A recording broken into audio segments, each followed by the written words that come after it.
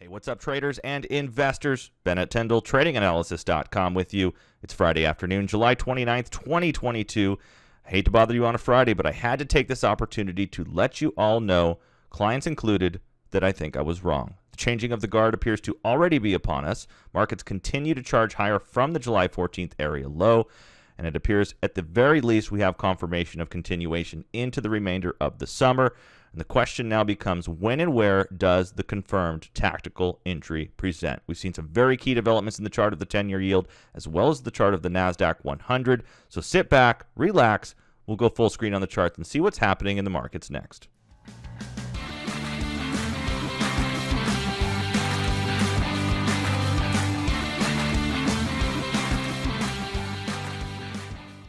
All right, going full screen on the charts now. I will first take you through the 4 or 5 charts that were included with the email and the blog post from today. And we're going to start it off first taking a look at the correlation between the 10-year yield and growth assets. Specifically, we're looking at the Nasdaq 100 as well as Bitcoin. In red, we have the 10-year yield. In green, we have the Nasdaq 100. And in black at the bottom of the chart, we have the price of Bitcoin.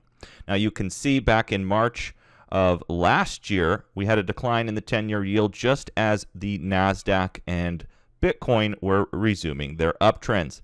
Fast forward to December, and you'll notice we have a corresponding low in the 10-year yield with a corresponding high in both Bitcoin and the Nasdaq 100, at which point we see the 10-year yield move higher from about 1.34% to 3% plus. The Nasdaq 100 proceeded to break lower. Bitcoin proceeded to break lower. Going into March, we had an upside move, a counter trend corrective rally in the Nasdaq. The move up in the Nasdaq was also accompanied by a decline in the 10-year yield. You can then see the low in the 10-year yield before the continuation to the upside, and the high in the Nasdaq before the continuation moved to the downside. Now, recently, the July 14th low for both Bitcoin and the Nasdaq 100 occurred as the 10-year yield was meeting upside resistance and as the dollar was meeting upside resistance, which is a chart that we will also take a look at in this video update and is one that we have reviewed recently on the channel. Now, as we fast forward and we dissect some of the technicals associated with these developments, we will find a very key trend line from March through May in the 10-year and from March through June in the case of the Nasdaq 100. Here in the case of the 10-year yield, you'll notice we break back to this trend line, which is sourced here, confirmed here. First interaction with it did deliver a bounce back to the upside. We then promptly turned that into an area of technical resistance. That area of technical resistance has now yielded continuation to the downside in the 10-year, while simultaneously the Nasdaq 100 broke above its downtrend resistance from March through June, turned it into support, and now we see upside continuation. What that opens up is a technical range for continuation for the Nasdaq 100 to continue moving higher while the 10-year yield continues to move lower. The next technical trend line of significance takes us from the December through March low in the 10-year and from the January through March high in the Nasdaq. So we will now be looking, in addition to our standard fib retracement levels, for potential support at this current trend line. The opposite of that can be found in the Nasdaq 100, where we will be watching retracements of this decline along with trendline resistance, as we likely will see continuation into the summer.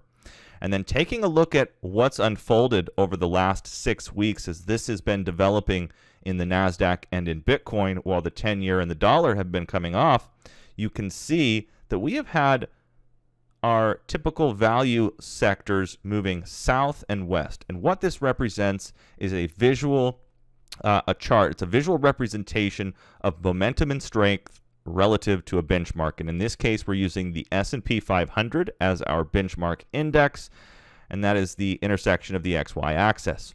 So this is broken down into a lagging quadrant, an improving quadrant, a leading quadrant, and a weakening quadrant. And if we take a look at where healthcare, materials, industrials, staples, utilities, and energy currently sit on this weekly rotation, we see them all moving south, indicating decreasing momentum, and also to the west, which indicates a reduction in overall relative strength. Simultaneously, over the last 6 weeks, we've been seeing a big move up in the XLY, the consumer discretionary sector.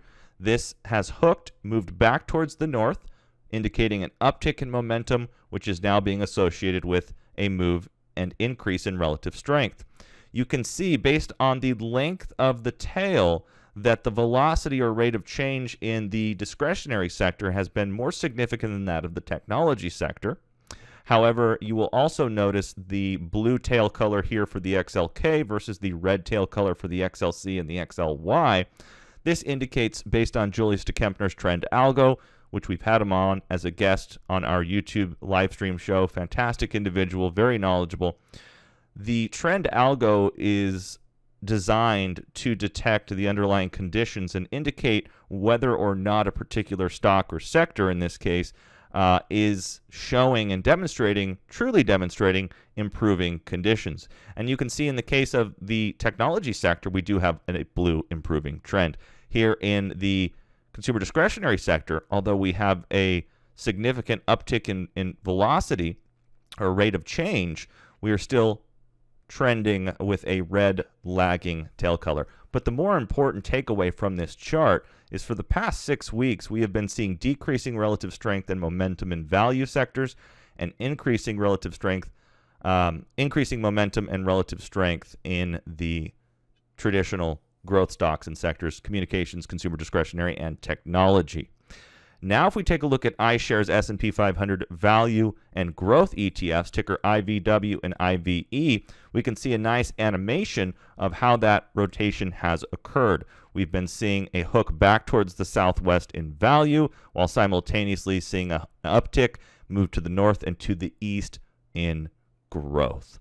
So now, taking you back over to the charts, we can see the trend line of significance that we will be watching. And what's very interesting about the correlation charts that we see here and the technical breakdowns that we just noted for you in this chart here is the fact that we do have wave counts. We have valid wave counts in the 10-year and in the dollar that would suggest a major 5-wave move completed. We also, in equity markets, specific to the Russell 2000, specific to the semiconductor industry group, we have overall Elliott wave corrective patterns that suggest they may have very well completed into the July 14th area low, and we're now seeing the makings of uptrend resumption. So just as markets reach their most bearish sentiment, we are seeing what is likely the beginning of the changing of the guard. So now I will take you over to show you the chart of the 10-year yield. We're going to break down the Elliott wave count of the 10-year yield. We're also going to take a look at the Elliott wave count in the dollar. First, taking a look at the chart of the 10-year yield. And before we do this, I need to show you where this green trend line comes from. I don't have the data in Motive Wave to take you that far back in time to show you where it originates, but I can show you this in TradingView. TradingView is a fantastic web-based charting platform that we continue to utilize here at Trading Analysis. This particular trend line, and it's red in this chart, it's green in the other chart, but this particular trend line takes us back to Q4 of 1981. 1981, we can source a trend line in a high at about 15.82% for the 10-year. That origin takes you through the high, which occurred in June of 84. And from there, as we move lower, you'll notice our first test of that particular trend line did yield a rejection and continuation move lower. Then we had the ramp up into Q4 of 18. The ramp up into Q4 of 18 also found resistance at that particular trend line. All of this on the monthly time frame was about where the monthly 200 moving average sits. We are now seeing, as I zoom in on this chart, consolidation around this particular downtrend resistance. This is the third attempt to break above. So now, putting TradingView aside and dropping back to the Trading Analysis edition of Motive Wave, we can see, going back to March of 20, a 5-wave trend establishing rally for the 10-year yield. We had decomposed and counted the consolidation into December of 21 as a sideways wave 4 triangle. And from there, we were looking for an upside breakout to complete in 5 waves. Now you can see the green trend line, which back over in TradingView is the red trend line going back to a source of 1981. You can see the interaction with that trend line as we zoom in on the one-day time frame. Now, we don't have a perfect head and shoulders in here, but there are many technicians who are looking at this as a potential trend reversal. There is evidence to substantiate a completed 5-wave move. There is also an argument to be made for the fact that this is still an ongoing sideways consolidation that should then yield one more move up before the true trend change occurs. And this is one of the reasons, along with the Elliott wave counts in the index, is that I have been seeking a new low from the market. But that just has not happened at this point, and we are seeing the technical developments occur that are expected when upside continuation is upon us. So is it possible that we just completed a massive 5-wave move up in the 10-year yield? Absolutely, absolutely. What I will be watching is support down near 2.47 to 2.55%. And what's interesting about that support is it takes us essentially to the next trend line of significance that I mentioned. As you can, looks like I succeeded in crashing motive wave. That doesn't happen very often. But you can see here we have the trend line rejection that we noted, which means with a break of this trend line, we now need to look to the next most significant trend line, and that would be the December through March move, which takes us right into the 2.47 to 2.55% range.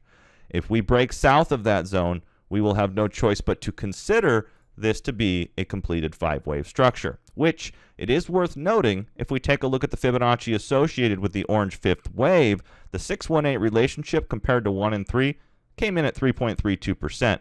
The actual high in the wave 5 was 3.48%. Now we will be looking to confirm this trend as we do feel the tactical entry has yet to present. We'd love to have you on board when that happens.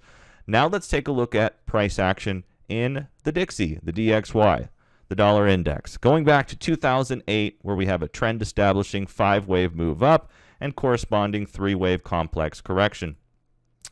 This wave 2 yielded a move up in 1, back in 2, up in wave 3 to the 1618, down in 4 to the 38%, up in wave 5. Wave 5 demonstrated equality to wave 1, which is a very a guideline that is often seen demonstrated when you have an extended third wave. All of this takes us into just shy of the 1618 relationship of wave 3 compared to wave 1.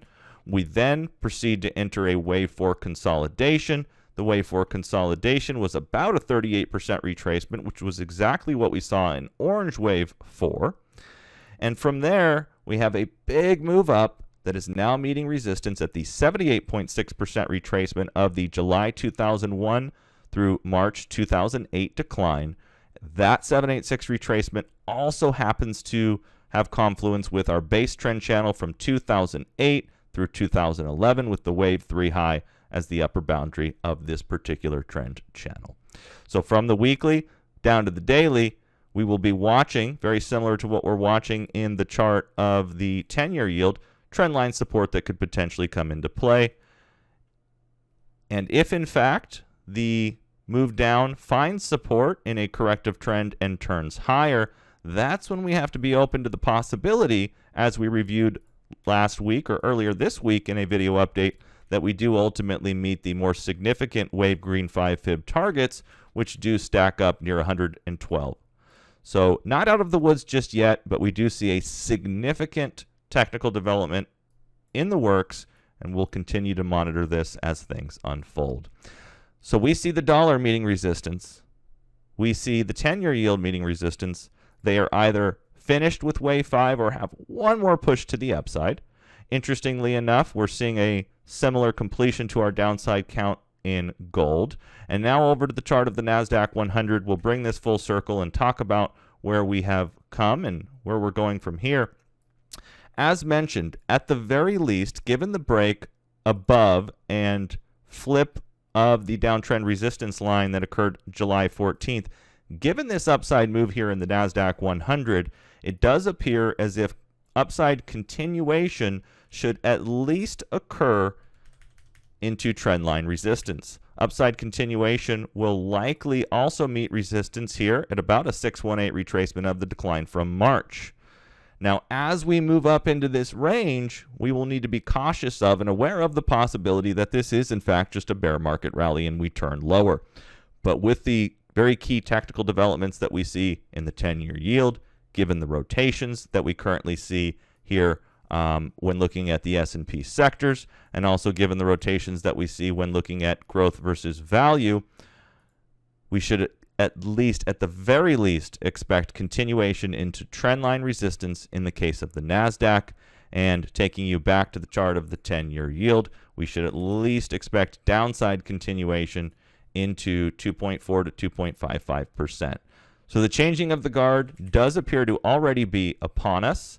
We've been tracking a bullish wave count in the S&P, and we discussed this on our Wednesday live stream that would suggest we have either 1-2-1-2 off of the low, or perhaps we're working some sort of a leading diagonal.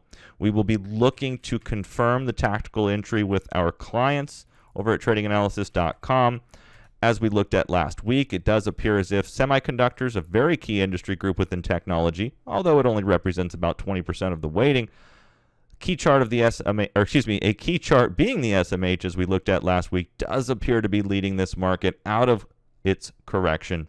And as you can see here, the SMH will be looking for a confirming three-wave development, at which point we have a basket of semiconductor and discretionary stocks that are exhibiting the exact same wave structures and should be fantastic long trading candidates once things really get underway. So that's it from me. I hope you enjoyed this update. Let me know if you enjoyed the email, including the charts. I do find it useful to include not just the charts, but also a video to kind of walk you through exactly what we're looking at here. Hope you enjoyed the content. If you enjoyed the content, please check us out anytime, tradinganalysis.com. You can check out our Wednesday live stream show right here on this channel. Again, I almost titled this video Confessions of a Market Bear, or I was wrong. And it does appear as if that is the case. We had a lot of mixed signals going into the specifically the June low and then the July 14th area low.